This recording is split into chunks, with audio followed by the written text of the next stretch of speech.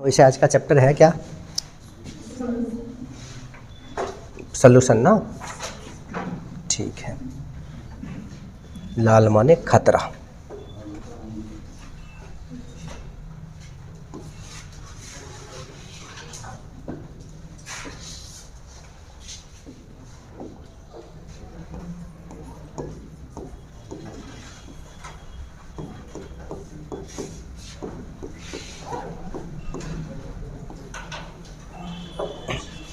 आज आपका physical chemistry का दूसरा चैप्टर स्टार्ट हो रहा है। फिजिकल केमिस्ट्री का पहला चैप्टर ठोस अवस्था खत्म हो चुका है, उसके सारे लेक्चर्स भी यूट्यूब पर डाल दिए गए। उसी प्रकार से बिलियन चैप्टर का भी दूसरा चैप्टर का भी सारे लेक्चर्स यूट्यूब पर आने वाले हैं, ठीक है। तो आप जुड़े रहिए यूट्यूब से और बिलियन चैप्टर को पढ़ते रहिए। अब बिलियन चैप्टर को हम इस व्यू से पढ़ने वाले हैं ताकि आगामी बोर्ड एग्जामिनेशन में इससे आने वाले क्वेश्चंस को आसानी से कवर किया जा सके और उसके आप आंसर राइटिंग अच्छे से कर पाए। बिलियन है क्या, शुरुआत यहाँ से हम आप लोग करेंगे, ठीक है। तो आप सबको पता है कि बिलियन जो है वह एक मिश्रण है। कुछ एक बेसिक पॉइंट बात कर लेते फिर सीधे तौर पर क्वेश्चन आंसर पर आ जाएंगे। बिलियन क्या है? मिश्रण है। किसका मिश्रण है? विलय प्लस विलायक का मिश्रण है। भाई विलय प्लस विलायक का ये मिश्रण है, ठीक है, मिश्रण है। लेकिन कैसा मिश्रण है? समांगी मिश्रण है। अब समांगी मिश्रण में कितने प्रावस्था होते हैं? एक प्रावस्था होता है। कितना प्रावस्था होता है? एक प्रावस्था होता है। तो ये बेसिक बातें आपको ध्यान में रखना है कि विलय और विलायक के समांगी मिश्रण को बिलियन कहते हैं। समांगी मिश्रण में कितने प्रावस्था होते हैं? एक प्रावस्था का मतलब हुआ कि आप बिलियन को जब देखिएगा तो उसमें सारे पार्टिकल्स आपको एक ही जैसे दिखाई देंगे, अलग अलग दिखाई देने वाले नहीं है कि कुछ अलग कलर का। जैसे मान लीजिए, इमेजिनेशन करिए, एक एग्जाम्पल के माध्यम से समझिए समांगी और विषमांगी के टर्म को। जैसे ये जल है और इस जल में हम चीनी को घोल दें, जल प्लस चीनी, ये क्या है? जल, और इसमें हमने क्या घोल दिया? चीनी को घोल दिया। तो क्या चीनी के पार्टिकल्स हमें दिखाई देने वाले हैं नग्न आंखों से? अपने खुले आंखों से या चश्मा पहन के हम देखें तो वह चीनी का पार्टिकल्स हमें दिखेगा? नहीं, चश्मा पहन लेंगे, दो दूना चार आँख हो जाएगा तब ना करके देखेंगे, दिखेगा नहीं? दिखेगा। लेकिन माइक्रोस्कोप से देखेंगे तब पार्टिकल्स दिख सकता है। तो माइक्रोस्कोप से नहीं देखना, नग्न आंखों से देखना। तो चीनी के पार्टिकल्स आपको नहीं दिख रहे हैं, मतलब वो कितने प्रावस्था में चला गया? यानी चीनी भी हम किसके प्रावस्था में है? जल के प्रावस्था में। लेकिन आप इसी जल के अंदर जल प्लस मिट्टी कर दो, आप कितना भी अच्छा से क्यों ना घोल लो, मिट्टी के पार्टिकल्स आपको पानी में साफ साफ दिखाई देते हैं। इसको कहते हैं विषमांगी प्रावस्था। कौन सा प्रावस्था? विषमांगी। तो जिसमें दो चीजें, कम से कम दो चीजें आपको दिखाई दे उसको आप विषमांग कहेंगे। जिसमें सब कुछ एक ही जैसा दिखाई दे उसको आप समांग कहेंगे। सिंपल बात समझो, प्राइवेट स्कूल के विद्यार्थी कैसा है? समांगी, एक ही ड्रेस में दिखेगा। और सरकारी स्कूल में देखो भुक भुक करेगा, अलग अलग कलर में दिखेगा। जैसे अभी आप लोगों का ड्रेस कैसा? विषमांगी। अभी आप लोगों का ड्रेस कैसा? अगर सब एक ही ड्रेस में होते तब कैसा होते? समांगी ड्रेस के अंतर्गत होते। तो ये बिलियन में आपको इतना कम से कम जानना पड़ेगा, इतना रखना पड़ेगा।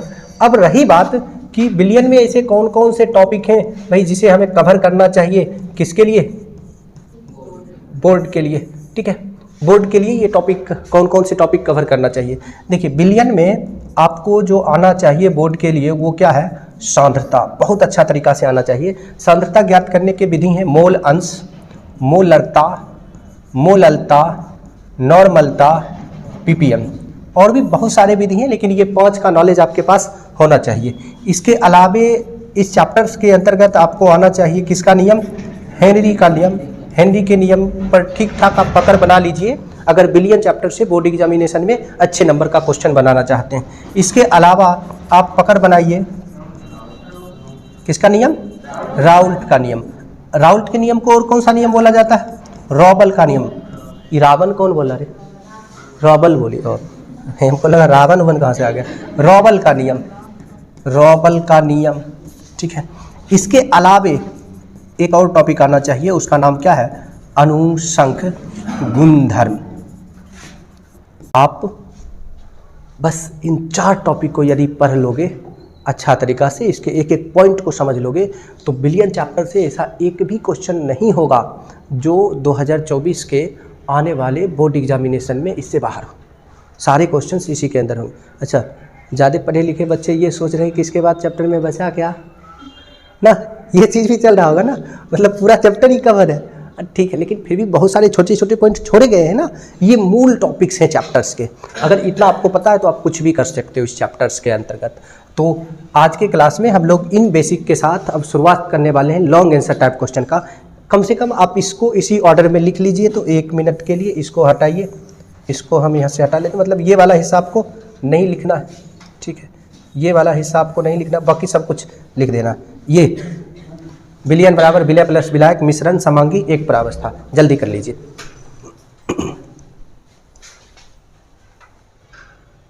विलयन को आप क्या कह सकते हैं? घोल। आप बचपन में पढ़े होंगे ORS घोल, ओरल रिहाइड्रेशन सॉल्यूशन।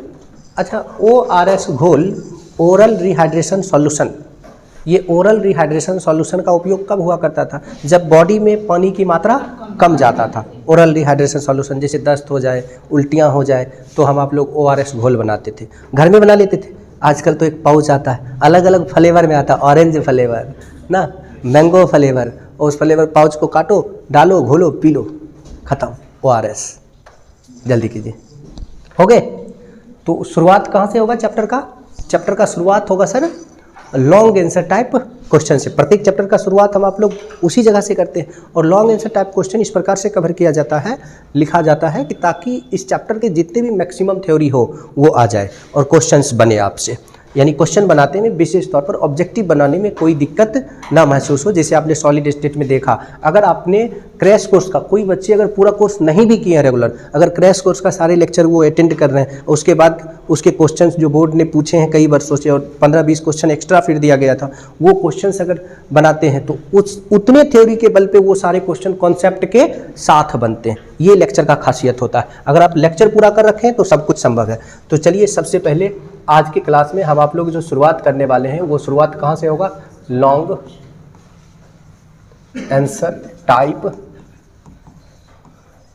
क्वेश्चन से होना है। दीर्घ उत्तरीय प्रश्न से शुरुआत हम आप लोग करने जा रहे हैं, जिसमें सबसे पहला क्वेश्चन हम ले रहे हैं, निम्नलिखित पर टिप्पणी करें। निम्नलिखित पर क्या करें भाई? तो टिप्पणी करें। टिप्पणी करना मतलब उसके बारे में बतलाना, बातचीत करना, बोलना कि क्या क्या हो सकता है। जिसमें सबसे पहला टॉपिक हम ले रहे हैं नंबर 1, मोल अंश। मोल अंश, ध्यान रहे, मोल अंश को हम आप लोग मोल प्रभाज भी कह सकते हैं, या मोल प्रभाज के अलावा इसको हम आप लोग मोल भिन्नांक भी कह सकते हैं। अब मोल अंश, मोल प्रभाज या मोल भिन्नांक क्या है, इसको समझना है। सर ये समझना बहुत बड़ा काम नहीं है, बहुत छोटा सा काम है। सिंपली इसे डिस्कस किया जा सकता है, समझा जा सकता है। कैसे? तो ज़रा देखिए, मोल अंश का जो सिंबल है, इस मोल अंश के लिए जो सिंबल बनाया जाता है वो सिंबल क्या है? X है। अच्छा, इसको पढ़ने से पहले थोड़ा सा बैक जाकर एक बात और हम समझ लें, एक बात और समझ लेते हैं। इस चैप्टर में सबसे ज़्यादा उपयोगी शब्द क्या है? मोल है। मोल का मतलब क्या है? भार बटा अनुभार, भार बटा अनुभार। और अब आप लोग हमेशा भार को क्या माने? दुनिया कुछ माने, उससे हमें लेना देना नहीं है। हम लोग क्या मानते आए हैं? X। और अनुभार को क्या मानते आए हैं? WT। ठीक है, तो मोल बराबर भार बटा अनुभार। मोल का मात्रक क्या होता है? मोल। चूंकि मोल खुद एक पदार्थ के मात्रक का मात्रक है, और मात्रक का कोई दूसरा मात्रक, ये अपने आप में मात्रक है। अब इसका कौन मात्रक होगा? कोई हो सकता क्या? नहीं। तो मोल पदार्थ के मात्रक का मात्रक है। मोल का सूत्र है भार बटा अनुभार। इस चैप्टर में प्रत्येक टॉपिक में उपयोग में आने वाला ये टॉपिक है मोल। तो मोल भिन्नांक, मोल भिन्नांक का सिंबल क्या है? X है। मोल भिन्नांक किसको कहते हैं पहले इसे समझ लीजिए। देखिए, विलयन दो चीज़ों से मिलकर बना है, विलय प्लस विलायक, विलय प्लस विलायक, और ये दोनों मिल जाए तो ये दोनों मिलने के बाद क्या बना ले? विलयन बना ले। नहीं, निश्चित रूप से बनाएगा, ये दोनों मिलने के बाद क्या बना लेगा? विलयन बना लेगा। मान लेते हैं इसमें विलय का मोल A है और विलायक का मोल क्या है? B है। 2 + 3 मिलाकर कितना? 5। तो इस दोनों को मिला रहे हैं, A और B को मिला रहे हैं, तो विलयन क्या हो जाएगा? A + B। अब अगर मोल अंश को ऐसे समझिए, विलयन का मोल 1 है बिलियन का कितना मोल है? 1 है। तो इस 1 मोल बिलियन में विलय कितना होगा? 1 मोल से कम होगा। विलायक कितना होगा? 1 मोल से कम होगा। लेकिन दोनों को जोड़ने पर फाइनल रिजल्ट क्या बनेगा? 1 बनेगा। फाइनल रिजल्ट क्या आएगा? 1 आएगा। अब जैसे कि इसके बारे में अगर चर्चा करें, मान लीजिए ये 0.4 मोल है, तो ये कितना होगा? 0.6 मोल होगा। तो ए का मोल अंश कहलाएगा 0.4, बी का मोल अंश कहलाएगा 0.6। ये कंडीशंस हैं इसके। लेकिन जब बिलियन कितना मोल हो? 1 मोल हो। अब मान लीजिए ये 2 मोल है, ये कितना मोल है? 2 मोल है, और ये 0.5 मोल है, और ये कितना हो जाएगा? 1.5 मोल। तब इसका मोल अंश कितना होगा? मोल अंश तो 1 मोल में निकालते हैं ना, तब हम क्या करेंगे भाई? 0.5 मोल में 2 से भाग दे देंगे, 1.5 मोल में 2 से भाग दे देंगे। यानी जिसका मोल अंश निकालना हो, जिसका मोल अंश निकालना हो, उसके मोल में बिलियन के मोल से भाग देंगे। उसके मोल में किसके मोल से भाग देंगे? जैसे विलायक का मोल अंश निकालना है, तो विलायक के मोल में हम किसके मोल से भाग दे रहे हैं? तो हम कह सकते हैं किसी बिलियन के प्रति 1 मोल, किसी बिलियन के कितना मोल? प्रति 1 मोल मात्रा में उपस्थित अवयवों के मोल को, विलय और विलायक क्या हुआ? अवयव हुआ। अवयवों के मोल को क्या कहते हैं? मोल अंश कहते हैं।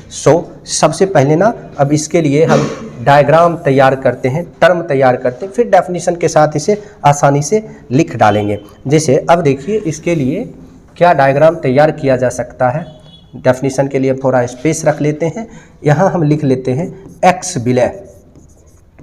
एक्स विलय का मतलब विलय का मोल अंश। क्योंकि विलय का मोल अंश निकालना है तो एन विलय, एन विलय, एन का मतलब मोल, किसका मोल? तो विलय का मोल। विलय के मोल में हम किसके मोल से भाग दे देंगे? एन बिलियन, बिलियन के मोल से भाग दे देंगे सर। इसलिए एक्स विलय बराबर, एक्स विलय बराबर। अब बताइए, विलय का मोल आपने क्या माना है? ए, और बिलियन का मोल आपने क्या माना है? मतलब माना नहीं है, आया है ए प्लस बी। इसको हम क्या कहेंगे? समीकरण फर्स्ट। अब थोड़ा और आगे बढ़ते हैं और आते हैं विलायक के मोल के ऊपर। पुनः एक्स विलायक, पुनः किस पर आते हैं? एक्स विलायक। विलायक का मोल अंश हम कैलकुलेट करना चाहते हैं, तो भाई विलायक का मोल अंश निकालने के लिए हम विलायक के मोल में भाग देंगे सर, किसके मोल से? बिलियन के मोल से भाग दे देंगे। दे दिया हमने भाग, और इसको हम कहेंगे एक्स विलायक बराबर। अब देखिए, विलायक का मोल क्या है? बी। बिलियन का मोल हो गया ए प्लस बी। इसको हम क्या कहेंगे? समीकरण सेकेंड कहेंगे। समीकरण फर्स्ट प्लस सेकेंड से, इन दोनों इक्वेशन से यदि चलें तो भाई देखो, दोनों का LHS जोड़ लेंगे तो दोनों का RHS भी जोड़ना पड़ेगा। LHS को LHS में और RHS को RHS में। तो एक्स विलय प्लस एक्स विलायक बराबर ए बटा ए प्लस बी। ए बटा ए प्लस बी, अरे विलय का मोल अंश यही है ना, ए बटा ए प्लस बी। विलायक का मोल अंश क्या है? बी बटा ए प्लस बी। एलसीएम करिएगा, देखिए होगा ए प्लस बी, और ऊपर भी क्या हो जाएगा? ए प्लस बी। क्या हो जाएगा? कट जाएगा। कट गया तो मतलब फाइनल रिजल्ट कितना आ गया? 1 आ गया। तो हम लिख सकते हैं सर, अतः क्या लिख सकते हैं? अतः एक्स विलय प्लस एक्स विलायक बराबर कितना? 1। अब रही बात कि क्वेश्चंस कैसे पूछे जाएंगे। एक का मतलब होता है इकाई, एक का मतलब क्या होता है? इकाई। क्वेश्चन आता है, बोर्ड ने कई बार इस क्वेश्चंस को पूछा है। सिद्ध करें कि बिलियन का मोल अंश इकाई होता है। विलय प्लस विलायक का मतलब क्या? बिलियन। तो यही हमें सिद्ध करके दिखाना है। हम यहाँ ए भी माने हैं, आप एक्स वाई भी मान लीजिएगा, फिर से कटिए जाएगा ना। जनरली आप रेगुलर सिलेबस में जब पढ़े होंगे तो इसको हम स्मॉल एन माने थे और इसको हम कैपिटल एन माने थे। तो आपका जो मर्जी वो मान लीजिए, कोई फर्क पड़ने वाला नहीं है। अंत में सिद्ध होकर कितना आएगा? 1 ही आएगा। लेकिन जब कहेगा सिद्ध करने के लिए, तब जब कहेगा कि मोल अंश किसे कहते हैं या मोल अंश पर टिप्पणी करें, तो भाई मोल अंश का डेफिनेशन लिख दो और एक बार ये सूत्र लिख दो। ये सब तामझाम करने की कोई आवश्यकता नहीं है। ये तब करना जब आपको प्रूफ करना है, ठीक है? मानना नहीं पड़ेगा, आसानी से आप लिख लोगे। लेकिन जब मोल अंश किसे कहते हैं, तो मोल अंश का डेफिनेशन लिखने के बाद ये सूत्र लिख दीजिए और एवं करके ये सूत्र लिख दीजिए, हो गया। ABCD या AB जो कुछ भी हमने माना है वो लिखने की आवश्यकता नहीं है, आसानी से काम चल जाएगा। तो मोल अंश का डेफिनेशन लिख लो। तो सर बहुत सिंपल सा डेफिनेशन मैं आपको लिखाने जा रहा हूं, लिखो। किसी बिलियन के प्रति एक मोल मात्रा में उपस्थित अवयवों के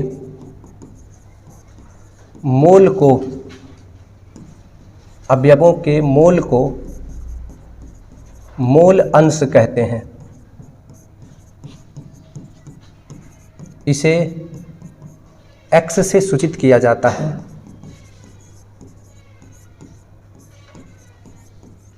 इसे x से सोचा जाता है। हो गया। अब इसको आप कवर अप करिए, पूरा लिखिए। ये एक शानदार पॉइंट्स है। अब देखिए इसके कोई मात्रक नहीं है। किस लिए मात्रक नहीं है कि ऊपर भी मोल नीचे भी मोल, मोल मोल कट गया, तो ये मात्रकहीन होगा। मोल अंश कैसा होगा? मात्रकहीन होगा। नोट कर लो सर। ये समझ में आया? जी सर। ये बहुत अच्छा क्वेश्चन है।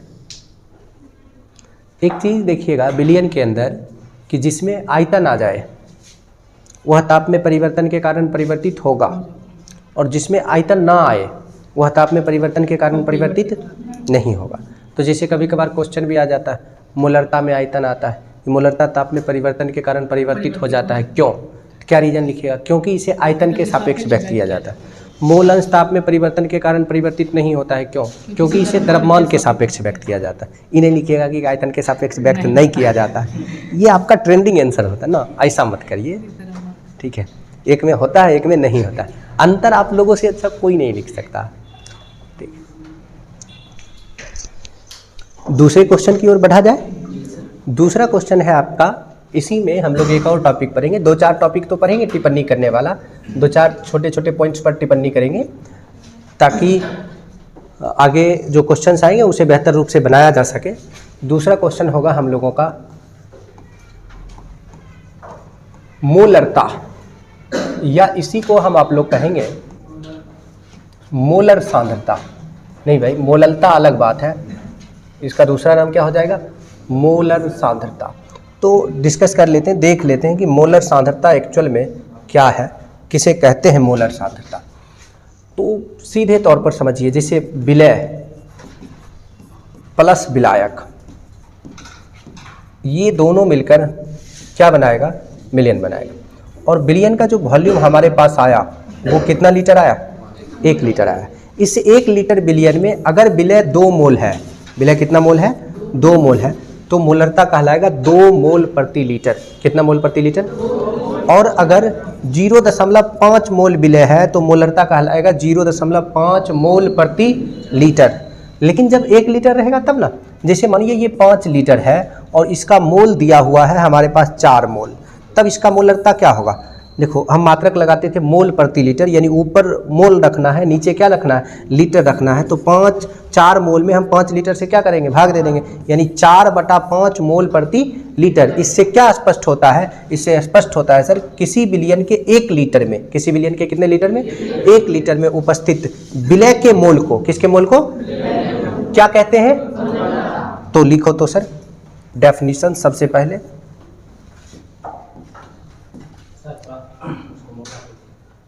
किसको? ओ जूम मोटा कर दें? ठीक सर, अब ठीक है सर, ठीक है। लिखिए, किसी विलयन के प्रति 1 लीटर आयतन में उपस्थित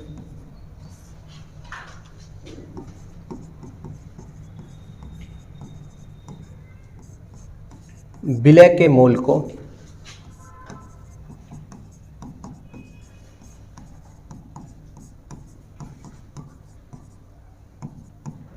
मोलरता कहते हैं।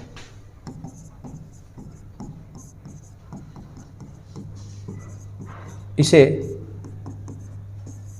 M से सूचित किया जाता है।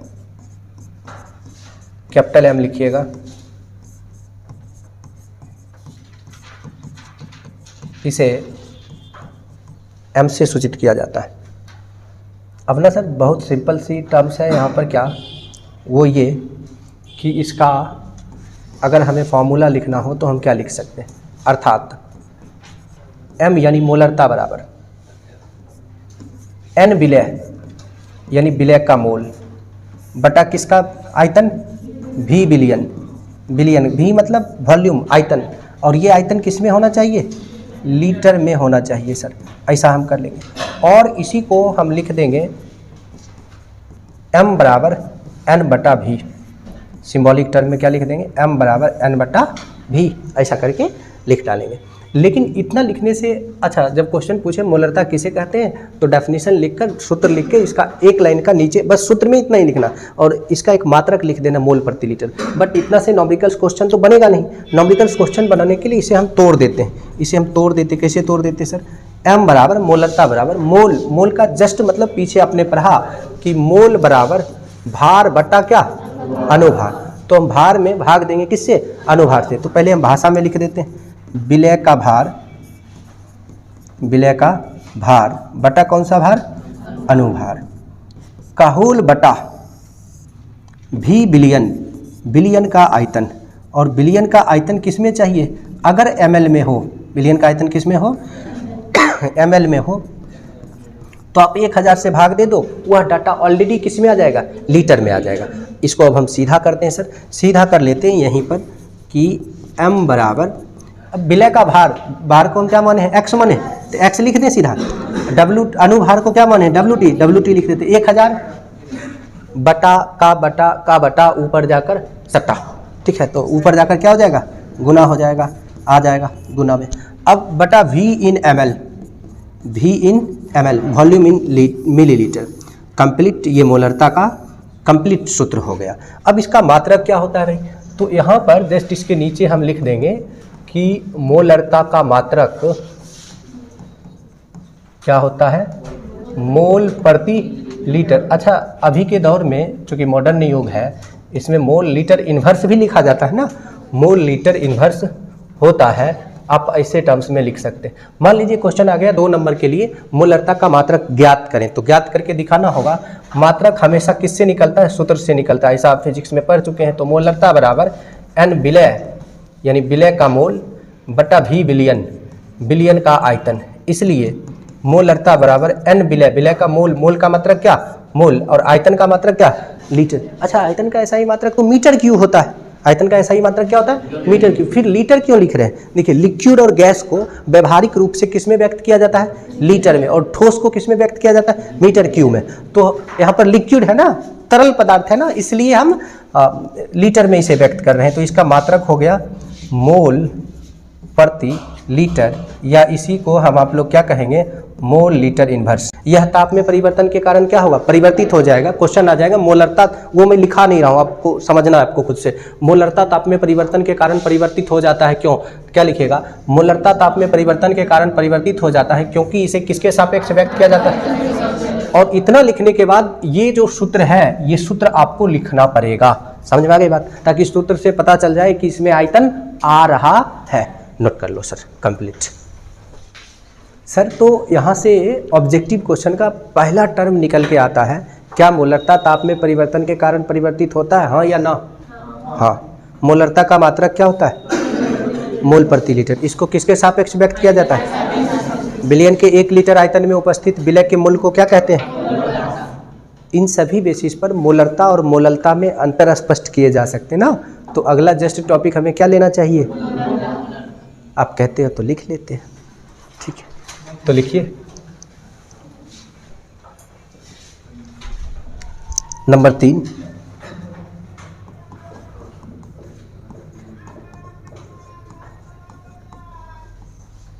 मोललता। देखो वो था मोलरता, ये है मोललता। उसको हम आप लोग मोलर सांद्रता कहते थे, इसको हम आप लोग कहेंगे मोलल सांद्रता। क्या कहेंगे, मोलल सांद्रता कहेंगे।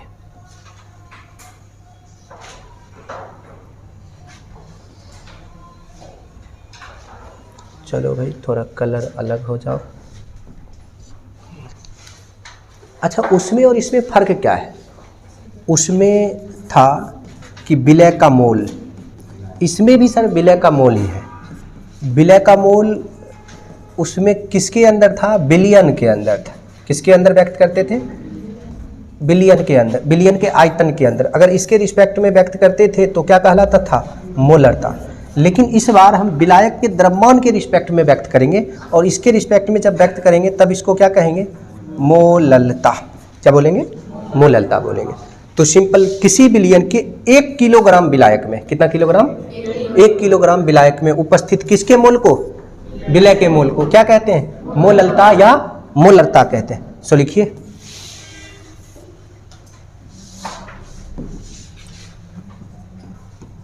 किसी विलयन के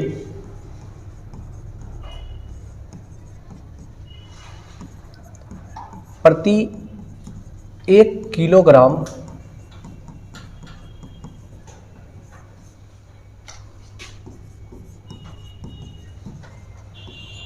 विलायक में उपस्थित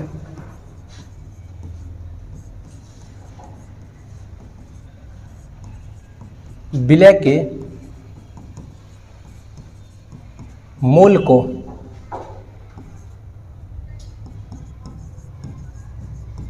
मोललता कहते हैं। उसको कैपिटल एम से सूचित करते थे, इसे स्मॉल एम से सूचित किया जाता है। क्या सर? जस्ट लाइक ऐसे समझिए, किसी विलयन के प्रति 1 किलोग्राम विलायक। देखिए, अब अगर किलोग्राम हम बोल रहे हैं, बात को समझना है आपको। किलोग्राम बोल रहे हैं तो किलोग्राम किसका मात्रक है? तो एक ही बार 2 चीज़ लिखिएगा। अगर हम द्रव्यमान लिख रहे हैं, किसी विलयन के प्रति 1 किलोग्राम द्रव्यमान में उपस्थित, तो किसी विलयन के में 1 किलोग्राम द्रव्यमान हो गया, जबकि मोलरता किस में है? विलायक के द्रव्यमान में। तो हाँ, हम केवल द्रव्यमान शब्द का प्रयोग, हाँ, विलायक का द्रव्यमान ऐसा हम लिख सकते हैं। समझ में आ गई बात? तो आप ऐसा लिख सकते हैं, किसी विलयन के प्रति 1 किलोग्राम विलायक के द्रव्यमान में उपस्थित। विलायक को आपको शामिल करना है एनी हाउ, नहीं शामिल करिएगा तो विलयन हो जाएगा, विलयन हो जाएगा तो गलत हो जाएगा। मोललता का स्टेटमेंट वो नहीं है, ठीक है। इसलिए या अर्थात करके लिखिए, अर्थात स्मॉल एम बराबर एन विलय के मोल में हम भाग दे देंगे W विलायक के द्रव्यमान से। और ये द्रव्यमान किस में होना चाहिए? किलोग्राम में होना चाहिए। एक बात ये। दूसरा बात और समझिए, स्मॉल एम बराबर विलय के मोल को स्मॉल एन, ये विलय के मोल को स्मॉल एम और वेट को, द्रव्यमान को W से सूचित कर लेंगे। तो सिंबॉलिक रूप में आप ऐसे लिख सकते हैं। लेकिन जब इसी को नॉमरिकल्स वे में ले जाना हो, पहले रुक के समझ लो भाई, फिर लिखना। यहाँ पर एन विलय मतलब विलय का मोल, तो क्या लिख सकते हैं? विलय का भार, विलय का भार बटा क्या? अनुभार। फिर किस में चलना होगा? होल बट्टा में W विलायक। और W विलायक किलोग्राम की जगह किस में हो? ग्राम में हो सर। तो इसमें हम डिवाइड कर देते, भाग दे देते, कितना से? 1000 से डिवीजन कर देते। तो ऑलरेडी इसको हम लिख सकते हैं सर, मोललता बराबर विलय के भार को क्या? x, अनुभार को क्या? गुना। नीचे से 1000 ऊपर चला जाएगा और W विलायक यानी W इन ग्राम। लेकिन यहाँ ध्यान रखना, यहाँ पर जो W वेट है, वह वेट किसका है? विलायक का है, विलयन का नहीं है। अब इसका भी कुछ ना कुछ मात्रक होगा, जैसे कि इसका मोलरता का होता था। मोलरता का मात्रक क्या था? मोल प्रति लीटर था। तो बताइए इसका मात्रक क्या होगा?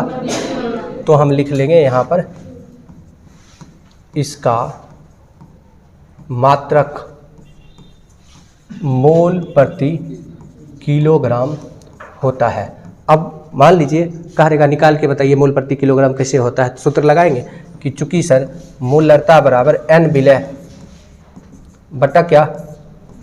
W विलायक, इसलिए मोललता बराबर एन विलय मोल, और ये क्या? किलोग्राम। तो इसको हम क्या लिख सकते हैं? मोल प्रति किलोग्राम, या क्या लिख सकते हैं? मोल किलोग्राम इनवर्स। अब अच्छी बात यह है कि आज का लेक्चर तो यहाँ ख़त्म हो जाएगा, लेकिन इस पर अच्छा इसमें एक और चीज़ हमको पढ़ना है, वो है नॉर्मलता। वो अगले लेक्चर में हम आप लोग डिस्कस करेंगे। लेकिन इससे बनने वाले बहुत सारे क्वेश्चंस आ गए।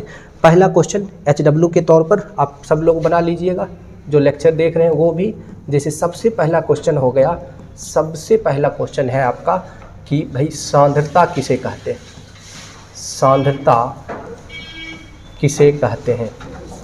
आपके मन में एक सवाल चलेगा कि सांद्रता तो परे ही नहीं, तो फिर सांद्रता किसे कहते हैं? अरे भाई समझो, ये जो मोलरता है ना, यही मोलरता को नॉर्मल रूप में क्या बोला जाता है? सांद्रता। तो समझिए, किसी विलयन के प्रति 1 लीटर आयतन में उपस्थित विलय के मोल को अब मोलरता ना बोल के क्या बोल देंगे?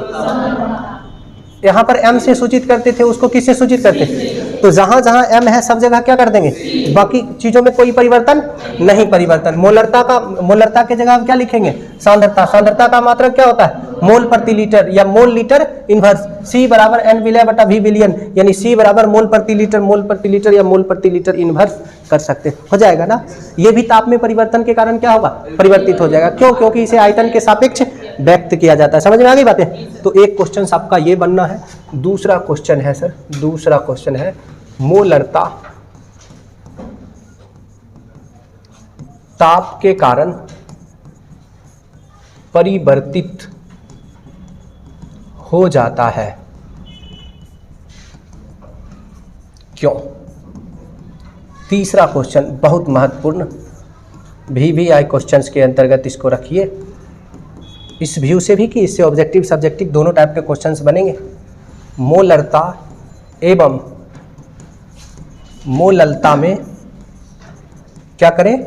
अंतर स्पष्ट करें। देखो, पहला अंतर तो आपको मिल गया, 1 लीटर विलयन में उपस्थित विलय के मोल को मोलरता कहते हैं, 1 किलोग्राम विलायक में उपस्थित विलय के मोल को मोललता कहते हैं। इसका मात्रक मोल प्रति लीटर होता है, इसका मात्रक मोल प्रति किलोग्राम होता है। इसे आयतन के सापेक्ष व्यक्त करते हैं, इसे द्रव्यमान के सापेक्ष व्यक्त करते हैं। यह ताप में परिवर्तन के कारण परिवर्तित हो जाता है और यह ताप में परिवर्तन के कारण परिवर्तित, इसका सूत्र 5 अंतर हो गया ना। ये सर मोस्ट इंपॉर्टेंट क्वेश्चन है। तो आज का लेक्चर आपका यहीं ख़त्म होता है। इन क्वेश्चंस को कंप्लीट करके अगले लेक्चर को फिर आप लोग अटेंड करिए।